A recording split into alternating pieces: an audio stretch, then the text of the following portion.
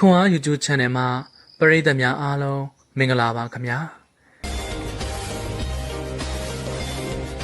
ကျွန်တော်ကတော့စာဖတ်သူရောင်နီကမုံပဲဖြစ်ပါတယ်ဒီနေ့မှာတော့စာရေးဆရာလေတွန်းသားစောချစ်ရဲ့ညောင်မင်းတစေဝေးလေးလေးဆိုတဲ့ဝတ္ထုကိုအပိုင်းတစ်အနေနဲ့ဖတ်ပြပေးသွားမှာဖြစ်ပါတယ်နားဆင်ခံစားပေးကြပါအောင်ခင်ဗျာညောင်မင်းတစေဝေးလေးလေးအပိုင်းတစ်ကျွန်တော်တို့ရွာကညောင်မင်းသားဆိုတဲ့အတိုင်းရွာထိပ်မှာအေယာမညောင်မင်းကြီးတပင်ရှိတယ်။တရွာလုံးတစ်နယ်လုံးအတွက်ဂုံယူစရာကြက်တရေဆောင်ညောင်မင်းကြီးဘယ်ချိန်ကစရှိခဲ့တယ်ဆိုတာဘယ်သူမှမပြောနိုင်ဘူး။အဖိုးလည်းမသိအဖိုးကြီးအဖိုးလည်းမသိပင်မညောင်မင်းကြီးရဲ့လုံးဘက်ကိုမဆိုထားနဲ့ညောင်ကိုင်းကကြားတဲ့ညောင်တောင်းမြစ်ဟာယောက်ျားကြီးတစ်ယောက်ရဲ့လက်တစ်ဖက်မကဘူး။အဲဒီလိုညောင်ခြေထောက်ဖြစ်တွေကကြီး20ကျော်တင်းငယ်တဲ့ညောင်ထောက်ပြစ်တွေကလည်းကြီးပင်ထီးပညောင်မြစ်တထောင်နဲ့မြားမြောင်ခက်လက်ရွက်လဲစိတ်စိတ်စီစီတိတ်၍ရိတ်လဲမြိုင်မြိုင်ဆိုသလိုညောင်မင်းအောက်မှာနေပြောင်မထိုးအောင်အရိတ်ကတိတ်ကောင်းတယ်။ညောင်ရိတ်တွန်းမှာမြေတလင်းကလည်းညီညာပြန်ပြူးနေတယ်။ရွာသူရွာသားများကတယောက်မဟုတ်တယောက်အမိုက်လှဲနေကြလို့အမြဲတမ်းပြောင်းရှင်းနေတယ်။ရွာသူရွာသားအားလုံးဂုံယူတန်မိုးထားကြတဲ့ညောင်မင်းကြီးပေါ့။ဒါကြောင့်ညောင်မင်းကမြေတလင်းဟာရွာကကလေးတွေအတွက်တဘာဝကစားကွင်းကြီးဖြစ်နေတယ်။ညောင်ချောင်းမြစ်ကိုဗုဒ္ဓံဦးတန်းကစားကြတယ်။ညောင်မင်းကြီးရဲ့ပင်စီကိုလှည့်ပတ်ပြီးစိန်ပြေးတန်းကစားကြတယ်။ညောင်ရိပ်အေးမှညီညာတဲ့ညီတလင်းပြင်မှာကလေးတွေထုတ်စီတိုးကြတယ်။ကြက်ဖခွတ်ကြတယ်။ရွှေစင်ညိုဝဲကြတယ်။ဒီနေ့တော့မိနွယ်အပါဝင်မိန်းကလေး9ယောက်နဲ့ကျွန်တော်ရွှေစင်ညိုကစားကြတယ်။ကျွန်တော်တို့10နှစ်အရွယ်ပေါ့။ကျွန်တော်ကရွှေစင်ညိုလုပ်ရတယ်။ညောင်မင်းတစေဝေးလေးလေးနင်းဘဲကိုင်းမာနေမိနေတို့ကမေးကြတယ်ငါညောင်ကိုင်းမာနေကျွန်တော်ကပြန်ဖြေတယ်နင်းပါသည်စားငါညောင်သည်စားနင်းပါရေတောက်ငါညောင်ရေတောက်အတိုင်းအဖောက်မေးကြဖြေကြတယ်ကျွန်တော်တို့ညောင်မင်းကြီးအောက်မှာညောင်မင်းတစေကစားရင်ပြောခဲ့ကြတယ်နောက်တော့ညောင်မင်းတစေကမယုံမသေးပြောကြနောက်ကြသူတွေကိုလိုက်ဖမ်းရင်မိနွယ်ကိုမိတယ်ကျွန်တော်ကတမင်မိနွယ်ကိုလိုက်ဖမ်းနေတာကိုမိပြီဟေးမိပြီမင်းရွယ်လက်ကိုဆွဲဖမ်းရကနေလွတ်မသွားအောင်လက်မောင်းလေးကိုပါစုပ်ကိုင်းထားလိုက်တယ်။ဟက်ကောင်လေးလွတ်လိုက်စမ်းငါညမကိုမင်းရွယ်ရဲ့အမမိကျွဲကြက်ခွတ်တန်ကစားရကနေပြေးလာပြီးကျွန်တော်ကိုဒေါသတကြီးနဲ့အော်ဟစ်နေတယ်။ကျွန်တော်ကြောက်ကြောက်လန့်လန့်နဲ့ပဲမင်းရွယ်လက်ကိုလွတ်လိုက်ရတယ်။လာခဲ့စမ်းမင်းရွယ်ဒီကောင်လေးနဲ့အတူမကစားနဲ့လို့ပြောတာမရဘူးလား။ဟင်းကောင်စုပ်လေးကအရာစငါညမလက်ကိုမြန်ဆွဲလို့မိကျွဲကမိနွယ်ရဲ့လက်ကိုစောင့်ဆွဲခေါ်သွားတယ်။ညောင်မင်းတစေကစားဝိုင်းလေးလည်းပြတ်သွားတယ်။ကျန်တဲ့မိန်းကလေးတွေလည်းပြန်သွားကြတယ်။ညောင်မင်းအောက်မှာအငေးသားကြံခဲ့ရတာကကျွန်တော်တယောက်တည်း။ကျွန်တော်ကညောင်မင်းသားရွာမှာမြန်နှမွဲဆင်းရဲတာကျွန်တော်အဖေကလဲကူလီမိကျွဲတို့မိနွယ်တို့ရဲ့လဲတွေကိုအကူအညီလုပ်ပေးရတဲ့လဲသမား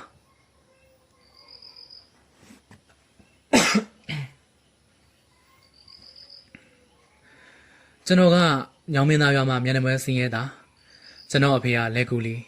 မိကျွဲတို့မိနွယ်တို့ရဲ့လဲတွေကိုကူညီလုပ်ပေးရတဲ့အလုပ်သမားမိနွယ်အဖေကဥအောင်သားလဲတွေအများကြီးပိုင်တဲ့အတွက်ညောင်မင်းသားမှာအချမ်းသာဆုံးလဲပိုင်ရှင်ဒါပေမဲ့ဥအောင်သားကစိတ်သဘောသားကောင်းတယ်သူ့လိုသမားတွေကိုတက်တက်ညညာနဲ့ကူညီဆောင်ရှောက်ပါတယ်ဥအောင်သားရဲ့ဇနီးဒေါ်သိန်းထိုက်ကတော့အလုပ်သမားတွေကိုစေတနာမရှိဘူးမျက်နှာထားကလည်းတင်းနေတာပဲစူလိုက်ပြောလိုက်နဲ့သူသမီးအကြီးမမိကျွဲကသူနဲ့တူတာသူထထောင်ပိုဆိုးသေးတစက်မှစိတ်ကောင်းမရှိဘူးကျွန်တော်ဆိုရင်တွေးတာနဲ့စူချင်ပြောချင်နေတာညနေသားကိုမပေးဘူးသူတို့လက်ကူလေးလို့သမားရဲ့သားဆိုပြီးအမြဲတမ်းအနိုင်ကျင့်တယ်သူကကျွန်တော်ထက်အသက်2နှစ်ကြီးတယ်မိတွေကကျွန်တော်နဲ့အသက်တူရွယ်တူကျောင်းမှလည်းအတန်းတူမိတွေကမိကျွဲနဲ့မတူဘူးစိတ်ရင်းသိပ်ကောင်းတယ်သူ့အဖေနဲ့သူလားလို့တရွာလုံးကပြောကြတယ်ကျွန်တော်ကိုလည်းခင်းတယ်ကျွန်တော်ကအတန်းထဲမှာစာတော်ဆုံးဖြစ်တာကိုလည်းသဘောကျတယ်။ချီကျူးတယ်။ငကြော်ရီငါ့ကိုဒီကနန်းနေတွက်ပြစမ်းပါ။တင်ချာမတွက်တတ်ရင်ကျောင်းမှာကျွန်တော်ကိုမေးတယ်။ကျွန်တော်ကတွက်ပြရတယ်။တင်ချာတွက်ပြပြီးတာနဲ့ရော့နင်းဖို့ကျန်တကာယူလာခဲ့တယ်။မိတွေကလက်ဝါးလောက်ရှိတဲ့ကျန်တကာချက်လေးသူ့အိတ်ထဲကထုတ်ပေးတယ်။ကျွန်တော်ကျန်တကာတိတ်ကြိုက်ပါတယ် ဒါပေမဲ့မယူချင်ပါဘူးဟာနင်းအမှသိရင်ဆူလိုက်မယ်ကျွန်တော်ယူရမှာကြောက်နေတယ်ကျောင်းမှာသူမှမရှိတာဟုတ်သားပဲကျွန်တော်ပြုံးပြီးမိနွယ်လက်ကကျန်တကာကိုယူလိုက်တယ်ကျွန်တော်ကိုကြည့်နေတဲ့မိနွယ်ရဲ့မျက်လုံးလေးတွေကပြုံးလို့ကြည့်လို့ကျွန်တော်မမေ့နိုင်တဲ့နေ့တစ်နေ့ကျွန်တော်ဘဝမှာကန်ဆူမိုးမောင်ကြားတဲ့နေ့ကိုတင်ပိုးထီလို့တဲ့ရွာထဲမှာသတင်းပြန့်ရာကနေသတင်းကကျောင်းအထိရောက်လာတယ်ကိုတင်ဆိုတာကျွန်တော်အဖေကျွန်တော်တို့ရွာမှာကိုတင်တယောက်ပဲရှိပါတယ်ဒီသတင်းကြားတာနဲ့ကျွန်တော်တကိုယ်လုံးအားတွေကုန်ခန်းသွားသလိုခံစားရတယ်မျက်လုံးကမျက်ရည်တွေအလိုလိုစီးကျလာတယ်ပိုးထီတယ်ဆိုတာမွေကြိုက်တာကိုပြောတာပါမွေကိုနမ်းနှိမ်ပြီးပိုးကောင်းလို့ပြောတာကြိုက်တာကိုရှော့ပေါ့အောင်ထိတယ်လို့ပြောတာဒါပေမဲ့ဘလို့ပဲနန်းနေရှော့ပေါ့ပြောပေမဲ့ပိုးထိတယ်ဆိုရင်ခေါင်းတစ်ပန်းကြီးသွားကြတာပါပဲတေးတာများပါတယ်ရှင်နာကမရှိသလောက်ရှားပါတယ်ကျွန်တော်လွယ်အိတ်လွယ်ပြီးမတ်တက်ရက်မိလျက်သားဖြစ်နေပြီးအတန်းထဲကတငယ်ချင်းတွေကျွန်တော်ကိုစိတ်မကောင်းစွာကြည့်နေကြပါတယ်ငကြောနင်းအိမ်ပြန်တော့မလို့လားကျွန်တော်လက်မောင်းကိုချင်းချင်းနာနာစုပ်ကင်ပြီးမေးနေတာကမိနွယ်ကျွန်တော်ခေါင်းငိမ်ပြလိုက်ပါတယ်ငါလည်းလိုက်ခဲ့မယ်မိနွယ်မျက်လုံးတွေမှာလည်းမျက်ရည်တွေနဲ့နင်မလိုက်ပါနဲ့ဟင်းနင်နဲ့အတူငါလိုက်ခဲ့မယ်သူ့ဘားပေါ်မှာမျက်ရည်တွေကစီးကျနေပါပြီကျွန်တော်ကိုတနာလို့ဖြစ်မှာပေါ့အဲ့ဒီအချိန်မှာဆရာမရောက်လာတယ်မိနွယ်သမီးမလိုက်နဲ့မောင်ကျော်ပြန်သွားလိုက်မိနွယ်ငိုးပြီးကြံရစ်ခဲ့တယ်ကျွန်တော်လည်းငိုးပြီးပြန်လာခဲ့တယ်အိမ်ရောက်တော့လူတွေအများကြီးရောက်နေကြပြီအမေကငိုလို့မွေးစရာဥပုကအဖေကိုစုပ်ပေါက်ပြီးကူနေတယ်အဖေကအိယာပေါ်မှာပက်လက်ကျွန်တော်ကိုလှမ်းကြည့်တဲ့လူတွေကဂယုဏတက်တဲ့မျက်လုံးတွေနဲ့ကျွန်တော်အဖေဘေးနားမှာထိုင်လိုက်တယ်အဖေကကျွန်တော်လက်ကိုစုပ်ကင်လိုက်တယ်အဖေမျက်လုံးမှာလည်းမျက်ရည်တွေနဲ့လူလေးစားကြိုးစားနော်ကျွန်တော်ခေါင်းငိမ်ပြတော့မျက်ရည်တစ်ပေါက်အဖေလက်ပေါ်ကျတယ်အဖေဘေးတစ်ဖက်မှာလဲပိုင်ရှင်ဥအောင်သာထိုင်နေတယ်ငတင်းမင်းဘာမှမဖြစ်ဘူးပြောက်အောင်ငါကူပေးမယ်ကျေးဇူးတင်ပါတယ်ဥအောင်သားရဲ့ကျွန်တော်တည်သွားရင်ကျွန်တော်သားလေးကိုစောင့်ရှောက်ပေးပါဗျာမင်းသားအတွက်ဘာမှစိတ်မပူနဲ့အားလုံးငါတာဝန်ယူပါတယ်မင်းလည်းမသေးစေရဘူးအဖေကတတိကိုလှမ်းကြည့်ပြီးခေါင်းငိမ်ပြတယ်ဆရာတက်သွားတယ်လို့ပါပဲအဖေဘေးမှာထိုင်နေရင်အပြင်ဘက်ကလူတွေပြောနေတဲ့စကားတွေကိုလည်းကျွန်တော်ကြားနေရပါတယ်ဥအောင်သားရဲ့လဲမှာရိတ်နေရင်ဖြစ်တာမွေကမွေပွေးအကောင်ကြီးတယ်လက်ရိတ်တဲ့လူတွေရိုက်တက်ကြလို့တေးပြီးဆိုတာတွေပေါ့မွေစရာဥပုကစူးစမ်းကူပါတယ်ဒါပေမဲ့မရပါဘူးညနေကျတော့အဖေဆုံးသွားခဲ့ပါတယ်ကျွန်တော်တို့သားမိငိုကြတာပေါ့အကိုစရာအဖေမရှိတော့ဘူးလေလူလေးမငိုပါနဲ့မင်းဖေကငါအလုပ်သမားငါမင်းကိုစောင့်ရှောက်ပါမယ်ဥအောင်သားကကျွန်တော်ကောင်းကိုပွေပေးရင်အားပေးစကားပြောပါတယ်အဖေစာပနာကိစ္စအားလုံးကိုဥအောင်သားကတာဝန်ယူဆောင်ရွက်ပေးပါတယ်အဖေစာပနာရက်လည်ဆွန့်ကျွေးတဲ့နေ့အထိဥအောင်သားနေစဉ်လာပေမဲ့ဥအောင်သားရဲ့ဇနီးဒေါ်တိန်ထိုင်နဲ့သမီးနှစ်ယောက်လုံးကတော့မလာကြပါဘူးမိနွယ်များလားလေမလားလို့ကျွန်တော်နေတိုင်းစောင့်မျှော်နေမိပါတယ်ဒါပေမဲ့ရက်လည်နေတာကြော်ရောမိနွယ်မျက်နှာကိုမမြင်ရပါဘူးကျွန်တော်သိပါတယ်မိနွယ်တိတ်လာကြမှာပါသူ့အမေနဲ့အမကမသွားရဘူးတားလို့မလာရတာနေမှာပါစာပနာကိစ္စပြီးတဲ့နောက်မှာတော့ဥအောင်သားကအမေကိုသူတို့အိမ်မှာထမင်းချက်အဝတ်လျှော်လို့ပြောပါတယ်ကျွန်တော်ကိုလည်းကြောင်းဆက်နေပါသူကူညီပါမယ်လို့ပြောပါတယ်အဲ့ဒီနေ့က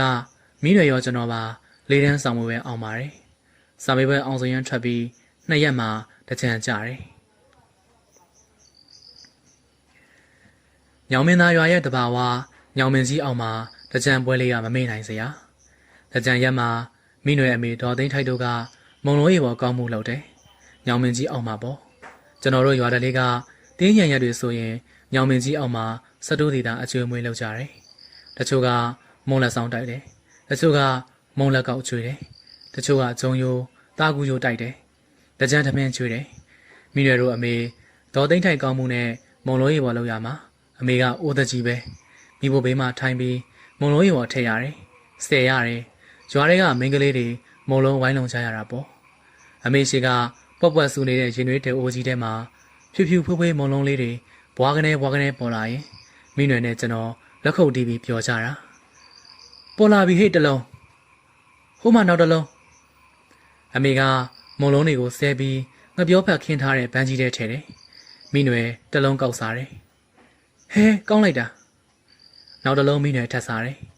ဘယ်သူမှစိုးမဲ့ပြောမဲ့လူမရှိစားလေမိနွယ်ခိုင်းလို့ကျွန်တော်တလုံးကောက်ယူစားလိုက်တယ်ဟဲ့လူကြီးတွေတောင်မစားရသေးဘူးသူတို့ကအရင်မိနွယ်အမမိကျွယ်ကညှူဆူတယ်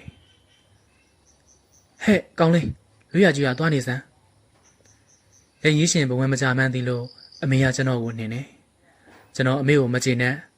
မုံလုံးဘန်းသားကခွာပြီးညောင်မင်းကြီးရဲ့တစ်ဖက်ကညောင်မြစ်ပေါ်မှာသွားထိုင်နေလိုက်တယ်။အော်လူတွေအားလုံးကိုကျွေးတဲ့စတူဒီတာထဲမှာငါမပါပါလား။စိတ်မကောင်းဖြစ်မိတယ်။အတော်လေးကြာတော့မိနယ်ရောက်လာတယ်။ဟဲရှာလိုက်ရတာငကြော်ရဲ့ရော့စားငပြောဖက်နဲ့ယူလာတဲ့မုံလုံးတွေကျွန်တော်ကိုကျွေးတယ်။တလုံးပြီးတလုံးကျွန်တော်အားရပါရစားတာကိုကြည့်ပြီးမိနယ်သဘောကျနေတယ်။ခဏအတွင်းမှာပဲအားလုံးကုန်သွားတယ်။ဟဲ့တော့ကုန်ပြီငါသွားယူပေးမယ်မိနယ်ပြေးထွက်သွားတယ်ခဏကြာတော့ပြန်ရောက်လာတယ်ယခုတစ်ခါမှပိုပြီးများများယူလာတယ်ဘိုက်ကလည်းစားနေတာမို့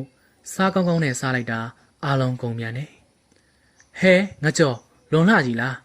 နေအောင်ငါဘိုက်ပေါက်အောင်သိအောင်ငါကျွေးမယ်မိနယ်ပြေးထွက်သွားပြန်တယ်ယခုတစ်ချိန်မိနယ်ပြန်ရောက်လာတော့ကျွန်တော်က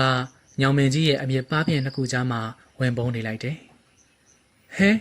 ငါကြော်ဘယ်ရောက်သွားပါလဲမုံလုံးတွေကိုဖက်ကလေးနဲ့ထုတ်ကန်ရင်ကျွန်တော်ကိုလိုက်ရှာနေတယ်အနားရောက်လာတော့ကျွန်တော်ကအသင့်ယူထားတဲ့ရေပုံးကလေးနဲ့မိနွယ်ကိုလောင်းချလိုက်တယ်အမလေးမိနွယ်လန့်သွားတယ်သူ့တကုံလုံးရေတွေဆူရွှဲလို့ကျွန်တော်မိနွယ်ကိုကြည့်ပြီးသဘောကျလို့ရည်နေမိတယ်ဟင်ငါကြော်ကြည့်စမ်းကောင်စုပ်ကဲဟဲရေဆိုကုန်တဲ့မုံလုံးရည်နဲ့ကျွန်တော်ကိုပြစ်ပေါက်တယ်သူ့လက်သီးစုပ်လေးနဲ့ကျွန်တော်ရင်ဘက်ကိုထူတယ်။အော်ပြောစရာကောင်းလိုက်တာမိနွယ်ရဲ့။မိကျွယ်ဘလို့ပဲချုပ်ချယ်ဟန်တာပေမဲ့သူမရှိတာနဲ့မိနွယ်ကညောင်မင်းကြီးအောက်ကိုအပြေးလွှားရောက်လာပြီ။ကျွန်တော်ကကြောင်းပိတ်ရက်နဲ့ညနေကြောင်းစိမ့်ချိန်တိုင်းညောင်မင်းကြီးအောက်မှာမိနွယ်ကိုထိုင်ဆောင်နေကြ။ကျွန်တော်ထိုင်နေကြညောင်မြင့်နေရကိုမိနွယ်သိပါတယ်။မိနွယ်အပြေးလွှားရောက်လာတာနဲ့ဟေးငါကြော်လာကစားမယ်။ကျွန်တော်လက်ကိုဆွဲခေါ်ပါတယ်။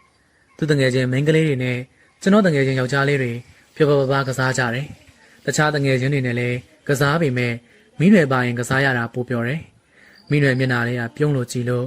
မိန်းကလေးအားလုံးထဲမှာမိနွယ်အလားဆုံး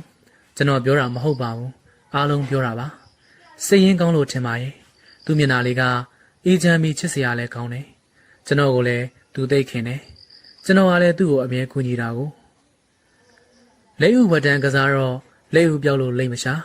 သူ့ခမရမှာငုံမဲ့မိနွယ်လက်ဥရှာမရလို့ဒုက္ခရောက်နေရင်မိနွယ်ကျွန်တော်ကိုအကူကြီးတောင်းတဲ့မျက်လုံးလေးတွေနဲ့လှမ်းကြည့်တယ်အဲဒီလိုခါတိုင်းကျွန်တော်ကမျက်နှာရိပ်မျက်နှာကင်းနဲ့ပြတယ်ဟဲ့ကောင်မကြော်မျက်လုံးတွေညှိနေတတိတငယ်ချင်းတွေကကျွန်တော်ကိုဝိုင်းော်ကြတယ်ဒါပေမဲ့မိနွယ်သိသွားပါပြီလက်ဥကိုရှာလို့တွေ့သွားတယ်တွေ့မှာပေါ့ဟိုကောင်ကကြော်မျက်လုံးတွေကကစားပြနေတာကိုအလွန်ပြောစရာကောင်းတဲ့ကလေးဘဝတွေပါပဲဒီလိုနဲ့ပဲမိနွယ်နဲ့ကျွန်တော်တို့ညောင်မင်းကြီးအောင်မှာပြင်းလွှားရင်စောကစားရင်ပျော်စရာနေ့ရက်တွေကိုဖျက်ဆီးခဲ့ကြပါတယ်ကျွန်တော်လေးတန်းအောင်တော့ဆရာမတွေကစားတော့တဲ့အကြောင်းသားမို့မြို့เจ้าကိုဆက်ထားဖို့တိုက်တွန်းကြတယ်အမေကလည်းထားခြင်းတယ်ဒါပေမဲ့စပိန်ဝင်မပေးနိုင်ကခက်နေတယ်မြို့အထိ6မိုင်အသွားအပြန်ဆိုတော့12မိုင်ဒါကလမ်းမကြီးတိုင်းသွားလို့ဝေးတာပါခြေကျင်လမ်းအတိုင်းဖြတ်လန်းသွားရင်4မိုင်ပဲဝေးပါတယ်ကျွန်တော်မြို့เจ้าကိုနေတိုင်းခြေကျင်သွားပါတယ်ဦးအောင်သာကအမေရှိတုန်းကလိုပဲလဲကူလီကစပါး25တင်ပေးပါတယ်ကျွန်တော်ကြောင်းတက်ဖို့စရိတ်အထောက်ပံ့ရတာပေါ့အမေကဦးအောင်သာတို့အိမ်မှာထမင်းချက်အဝတ်လျှော်ကူညီလုပ်ကင်ပေးတယ်လို့ကျွန်တော်ကလည်းကြောင်းပိတ်ရက်တွေဆိုရင်ဦးအောင်သာတို့လဲရလုပ်ငန်းမှာစပါးနဲ့စသားလက်ပဲနဲ့ပဲလက်ပြိုးတယ်ကောင်းလိုင်းတယ်ပေါင်းနှုတ်လုပ်ငန်းတွေကူညီလုပ်ကင်ပေးပါတယ်အမေကတော့ကျွန်တော်အတွက်ကျောင်းစရိတ်ပြည့်စုံအောင်ကောက်ဆိုင်ကောက်ရိပ် ပဲရိတ်ဂျုံရိတ်မြေပဲနှုတ်အကုန်လုပ်ပါတယ်အမေပြင်းပြင်းပန်းလုပ်ပြီးကြောင်းထားရတာမို့ကျွန်တော်စာကြိုးစားပါတယ်ကျောင်းတော်အပြန်လမ်းမှာစာချက်တာနဲ့ကိုတနေ့စာတနေ့ကုန်ရပါတယ်ကိုကသူများလိုကျူရှင်မတက်နိုင်လို့ဆရာမတွေသိရင်လည်းအတန်းထဲမှာတေချာကယူဆိုင်နားထောင်ရပါတယ်ကျွန်တော်လာဘတ်စာမေးပွဲတော့အောင်ပါတယ်အဆင့်9အတွင်းဝင်ပါတယ်သူများလိုကျူရှင်တက်နိုင်ရင်အဆင့်1အထိရနိုင်ပါတယ်မိနွေကတော့မိမစပိန်ဝယ်ပေးနိုင်ပေမဲ့ကျောင်းဆက်မတက်ရပါဘူးသူ့အမေနဲ့အမကမထားချင်တာပါမိန်းကလေးပဲလေးတန်းအောင်ရင်တော်ပြီပေါ့တဲ့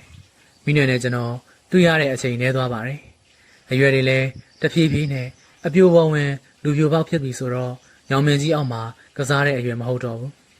မိနွေနဲ့အတူညောင်မင်းကြီးအောက်မှာကစားရတဲ့အရွယ်ကိုလွမ်းမိတယ်ဒါပေမဲ့ကျောင်းပိတ်ရက်မှာမိနွေတို့လေယာလုပ်ငန်းတွေကုလုပ်တဲ့အခါမှာတော့မိနွေကိုမြင်တွေ့ရပါတယ်ကျွန်တော်9တန်း10တန်းရောက်တော့နှွေကအပြိုဖြစ်နေပြီချောလိုက်တာမိနွေကိုမြင်တိုင်းကျွန်တော်ငေးကြည့်ရတယ်ရွာထဲမှာအလူရှိတိုင်းကိုးနောင်ကင်ပေါ့မင်္ဂလာဆောင်ရှိရင်မန်းတဲ့အဝင်မှာတပြေပန်းကန်းပေါ့ကျွန်တော်ကြည့်ရင်မိနွေကတီချောင်းပြုံးပြလေးရှိတယ်သူတို့လည်းသူတို့အိမ်မှာကူညီလို့ရတဲ့အခါတိုင်းမိနွေကိုစကားပြောခြင်းတယ်ဒါပေမဲ့မိကျွေကအမြဲတမ်းပါနေတော့ပြောလို့မရဘူးသူ့အလင်မှာမျက်လုံးချင်းပဲပြောရတယ်နည်းနည်းလေးအခွင့်လေးပူရရင်